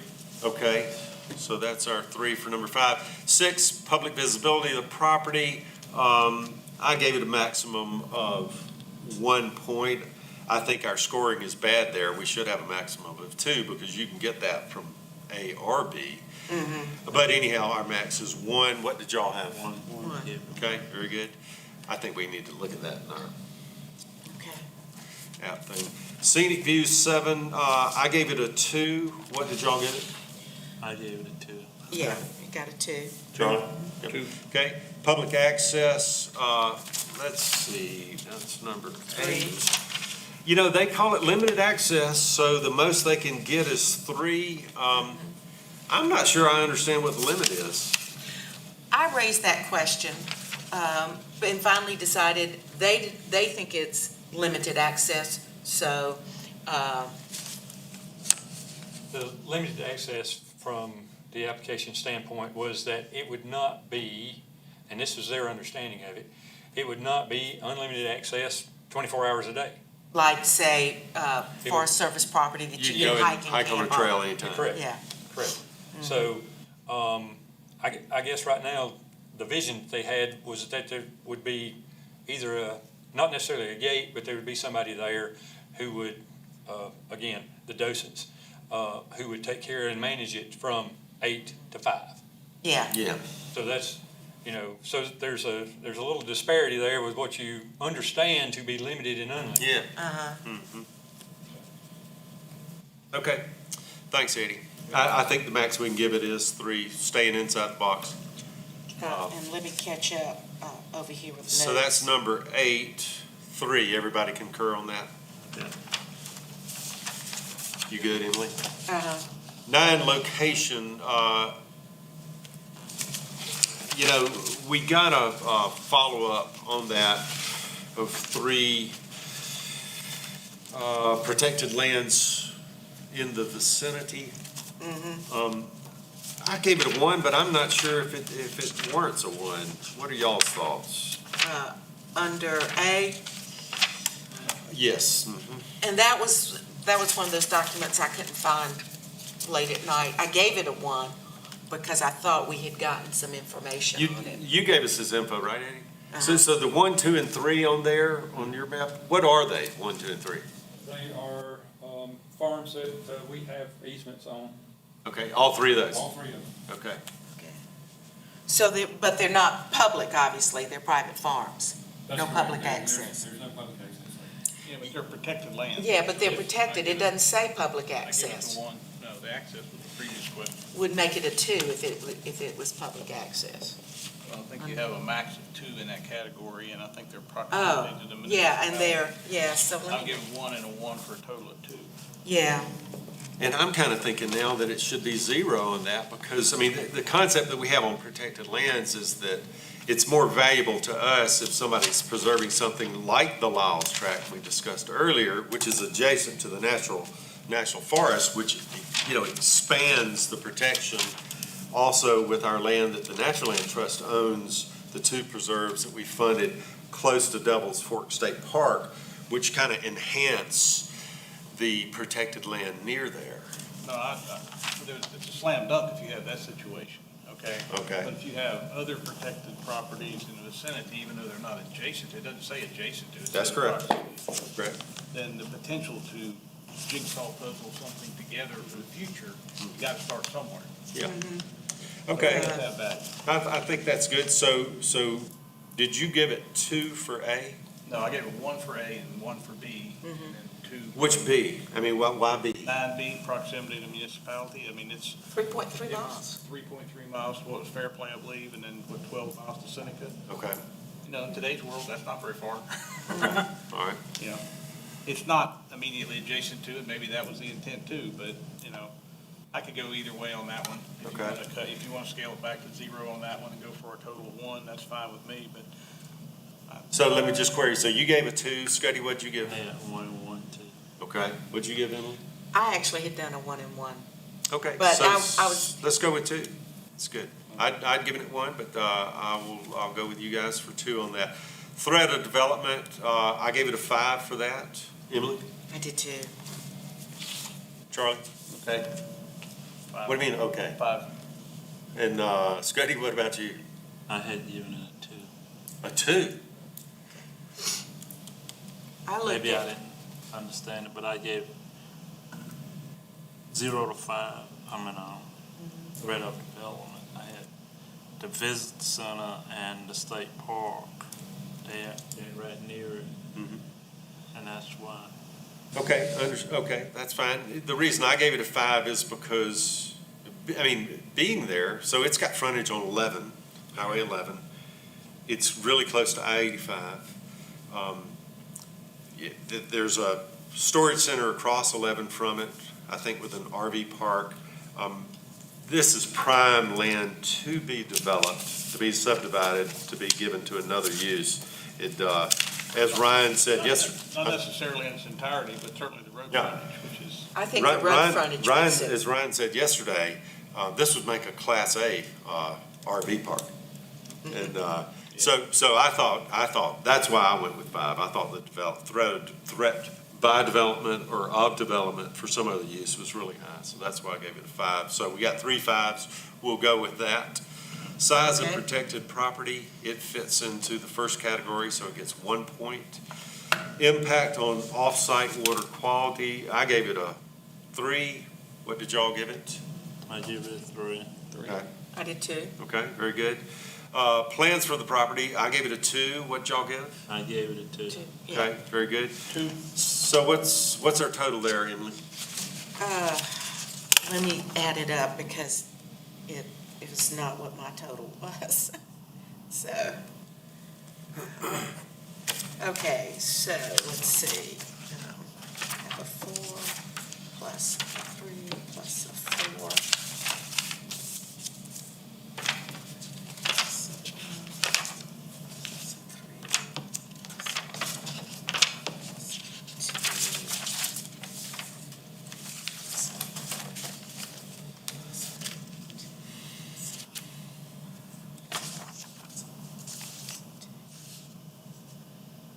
Well, that can't be right. What'd you get? I ended up with 29 points. Okay, so let's go back through your numbers. Let's go back. So what do you have for number 1? For number 1, I have, What's your total? yes, see, I didn't do it by totals for it. I have 11 as my total, okay? And then, What'd you say, Charlie? I agree with that. okay, all and right. then for number 3, I had 1, What'd you have for number 2? 0. 0, I'm sorry. okay, gotcha, okay. Okay, Number plus, 1 for 3, right? yeah, For number 4, 0. For number 5, okay. what'd you have for number 5? Okay, wait a second. I think it was 3 Here's what I have. for future plans. I'm catching up to, 5 was 3, 6, was 1, scenic views, number 7, is 2. okay. Public access, And I think 3 is what it Was, was, public access, because it was max on limited. I missed, oh, there's public access, yeah, 3. 9, location, was 2. 2. Size, Development, was 5. 11 is 1. 1. 12 Impact. is 3. Okay, And plans is 2. 2. Okay, Okay, I've got something missing here. Let me make sure. 1 was 11, 2 was 0, 3 was 1, 4 was 0, 5 was 3, 6 was 1, 7 was 2. Okay, now, let's see. so I get 34. Okay. yeah. What'd you get, Charlie? I had 33. What'd you get? Did you add them all? I would, Okay, that's fine, that's all right. Okay, I'm putting them on the thing, so we'll figure it oh, out. yeah. 11 plus 1, that's 12, that's 15, 16, 18, 21, 23, 28, 29. My computer says 34. Yeah, that's what I got. 34, right. 34, okay, very good. Sorry. That's okay. Section 5, financial criteria. We ready? Okay. I got P for, going back to our discussion earlier. I gave us a P on that. We've got enforcement through the Soil and Water Conservation District. We've got Foothills Farmstead, and we've got their administrative overseer, LHC. So I gave it a P pass. How about you guys? I did too. Okay, all good there? 2, funding percentage requested. I gave it a 3 there because they're asking for 5%. No, I've got that they were asking for 9.9%. Did I The read? appraisal is $600,000. I read their application. I know, but the appraisal is $600,000, so the conservation value of this property is $600,000. No, they said the conservation value was No, 300,000. but the actual value is $600,000. Because the appraisal said this property's worth $600,000. Yeah. Well, see, I That's the struggled with conservation that because they put down the conservation value was 300,000. I understand that, but they were wrong. And so that's why I say that this is not outside the box. This is, we're correcting in inaccuracy. Okay. The actual conservation value is $600,000, Unless- whether they understood that calculation or not. Okay. The reality is, it's $600,000. They're only asking for essentially $30,000. That's 5% of the conservation value is what they're applying for. I mean, they could have applied for $60,000, in other words. We need to make sure that application has our determination in it. I'll put it on this form, and maybe that will be sufficient, because we will be going back to we need to make sure that the application shows that we disagreed with their We determined determination by of the the appraisal that they submitted as part of their Uh-huh. application that Yeah. the conservation value was $600,000. I didn't read the entire appraisal word I for did word, too. but was there any value attributed to anything else? It was the housing, is what, he said the land was That's a like very good- that's a very good point. 324,000, and then How much? the land was like 324, something like that, and then the structures were X amount, and so the total value of the property was 300,000, but did make that note. See if you Okay. can find, Yeah, I am. I don't have it here. Those numbers aren't right, but that's how, because I thought, okay, that's how they came up with the conservation value. $300,000 worth of houses and buildings and structures on the property that? No. No. There were some- I looked at them, you know, I do a lot of real estate closings, that sort of thing. I thought the value was $120,000 or so. Ryan, he's a realtor, he's doing this all the time. He thought it was around $200,000. But I'm looking at this. Well, look at it. I am. Thank you. Let's see. Okay. All right, so the application says that the estimated cost of the building improvements is $217,759. Let's see. Adding the estimated cost of site improvements, building improvements, total direct cost of $242. Wait a second, what'd you say? Hang on just a minute.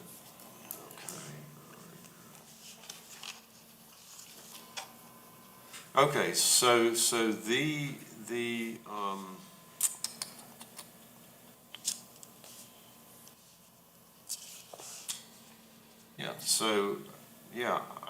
I think I'm wrong in that, in the sense of, if you back that out, so they give the total value of improvements, total contributory value for improvements of $260,000.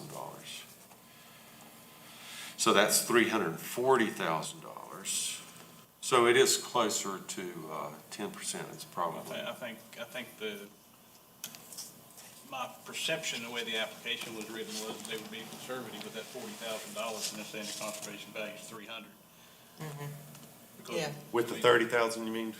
I mean, no, ignoring the $40,000 differential that you're talking about. Oh, I see what you're saying. Between the improvements, I think that Right. the approach to the application would be conservative, say it's $300,000, we're gonna ask for 10% of that. Okay, right. So- Well, that's the cost of the transfer. Yeah. The actual price that they're paying in this is $300,000. But in this case. For the property. Even though we're not It's financing. a bargain sale, in other words. Even though we're not financing or helping to finance the conservation easement, that's not the purpose of the grant. If this was being appraised from a conservation easement standpoint, that's what I just determined, was that they said, based on the appraisal, that the value of the conservation easement would be $300,000. I mean, it's such a strange thing, because we've got So both. basically, the transfer is they're buying the improvements and they're attributing $40,000 to the land, and the rest of it is the conservation value. Yeah. Does that make sense? Not quite to me, no. Isn't it just the opposite? I mean, say what you said again and explain it a little bit more. Well, I mean, you come up with $260,000 worth of improvements. Right. On the property. Okay? The sale price, fee simple sale price of the property is what? The transfer is gonna be for $300,000. So it's a bargain sale, so though the whole property's appraised for $600,000, the owner is saying, I'm gonna sell it to you for $300,000. Okay, so he's selling, it depends, you gotta get inside the owner's head as to Right. how he's looking at it, but he's selling the property for the conservation value, the $300,000. I guess, we don't know. We don't know. He's just saying, I'm gonna take $300,000 for Yeah. it, for whatever reason. Right. Yeah.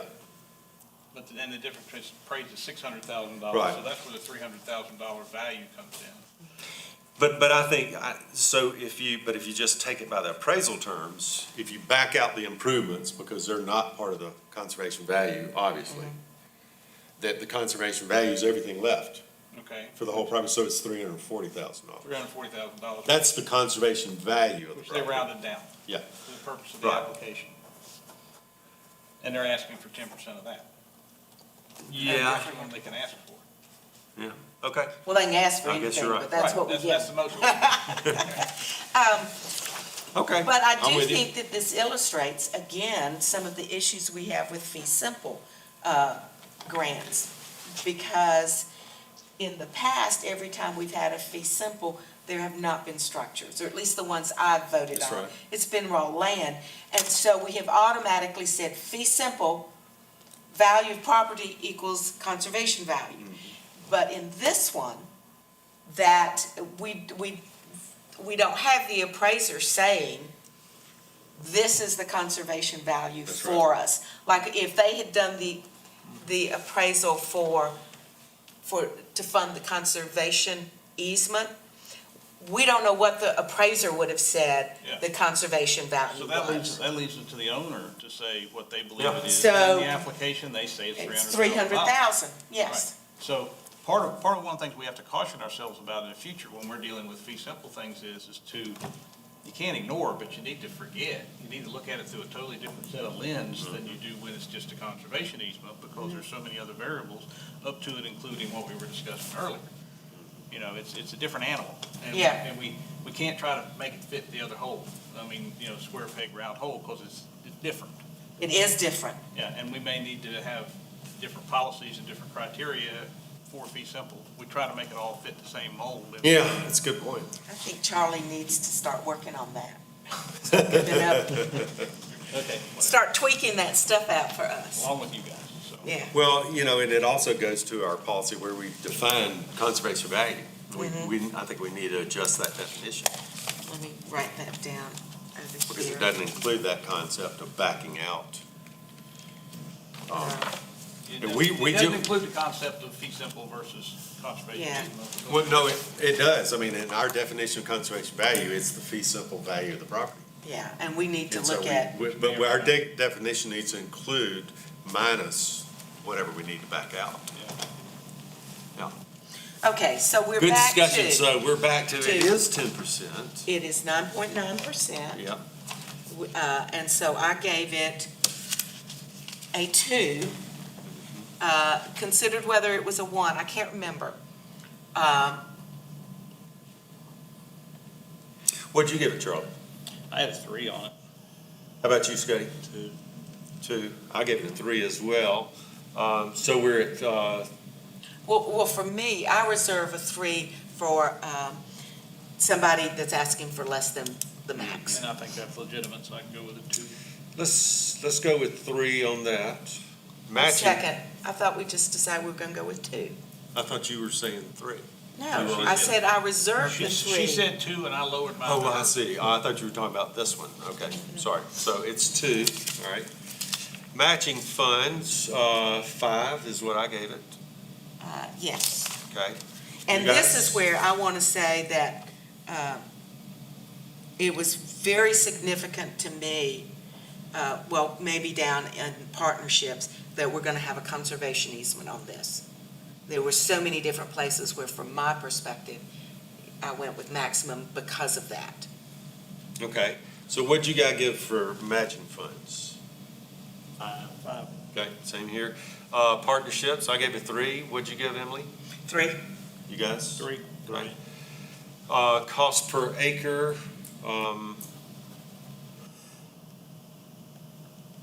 so anybody done that calculation? Yeah, it's $748, which is 4.9% of the conservation value. Okay, And so I gave it a 2. all right. 748, I gave it a 1 for that. I got the same figure. You know, our average is around 300. Oh, okay, So that one to me was high. okay. How about you guys? 1. Okay, Charlie? 1. Okay. Other economic benefits, I gave it 2. 2. You guys? 2. Okay, 2. Charlie? Okay, very good. So what do we get there? 13 points. 13. For a total of 47, looks Yes. like.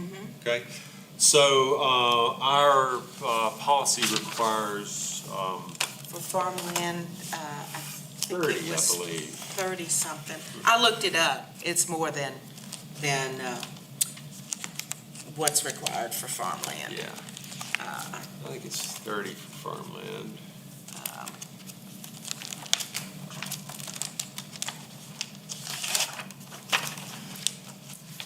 It's more than the maximum we require for any property. It's like 41. 30 for farmland. Yeah. So we're at 47. So it is, it definitely qualifies. So, let me just look at the values. Okay, I'm gonna fill that out Okay. neatly afterwards. All right, so let's go through that. So now we are at the evaluation score sheet. So what do we have? Let's run through what we got Okay. there, Emily. We have environmental sensitivity 11, 0 for share boundary. 3 is historic or cultural features, we had a 1. Wait. Let's Okay, you're going. Oh, you want me, I'm gonna Okay, fill all out right. the front Okay, print because it's gonna be part of the record. yep. And it will say the property is Crawford Mill, the acquisition type is fee simple, the amount applied for is $29,999, the conservation value is $300,000, the landowner is William C. Keese, the eligible OCCB applicant is Foothills Farmstead, the acres is 40.059, the location is Fair Play, met all the mandatory requirements, yes. Environmental sensitivity 11, 2 is 0, 3 historic or cultural feature is 1, 4 primer important soils is 0, actively farmed 5 is 3, public visibility is 1, scenic view is 2, public access is 3, location to park forest municipality is 2, threat of development is 5, size of property is 1, water quality impact is 3, plans for property is 2, total for that section is 34, financial criteria, 1 is meets financial resources, 2, funding percentage is 2, matching funds is 5, 4 partnerships is 3, cost per acre is 1, other economic benefits is 2, total is 13, so the total of the evaluation is 47. We have a motion to approve the evaluation score sheet. So moved. And I second. Any discussion? All in favor? Aye. So it passes, and now we have the, we have to do our 404 report that will go to the board, to the council. Emily's not going to be here. Emily wants Charlie to do that. I actually think you should do that, because, in all honesty, because you were the only person who's been on the property. And I Okay, think that's fine. I'll do that. I think I'll that do gives that. an added dimension to that report. Okay. Yeah, All right. particularly for this property. All right, so we have a motion for that. So moved. Okay. Second. Any discussion? No. All in favor? Aye. Okay. So we'll get it on the agenda for the next agenda, next council meeting. Kim, do you know when the next council meeting is, that we can get it on? That's okay. So we'll, It'll be 2 weeks from now. okay, I'll submit that to you to send to them and then get me on the agenda for that. Do we have a motion to adjourn, or before that, anything else we have to discuss, or anybody think we want to discuss or anything? Motion to adjourn? So moved. Second? All in favor? Aye. Okay.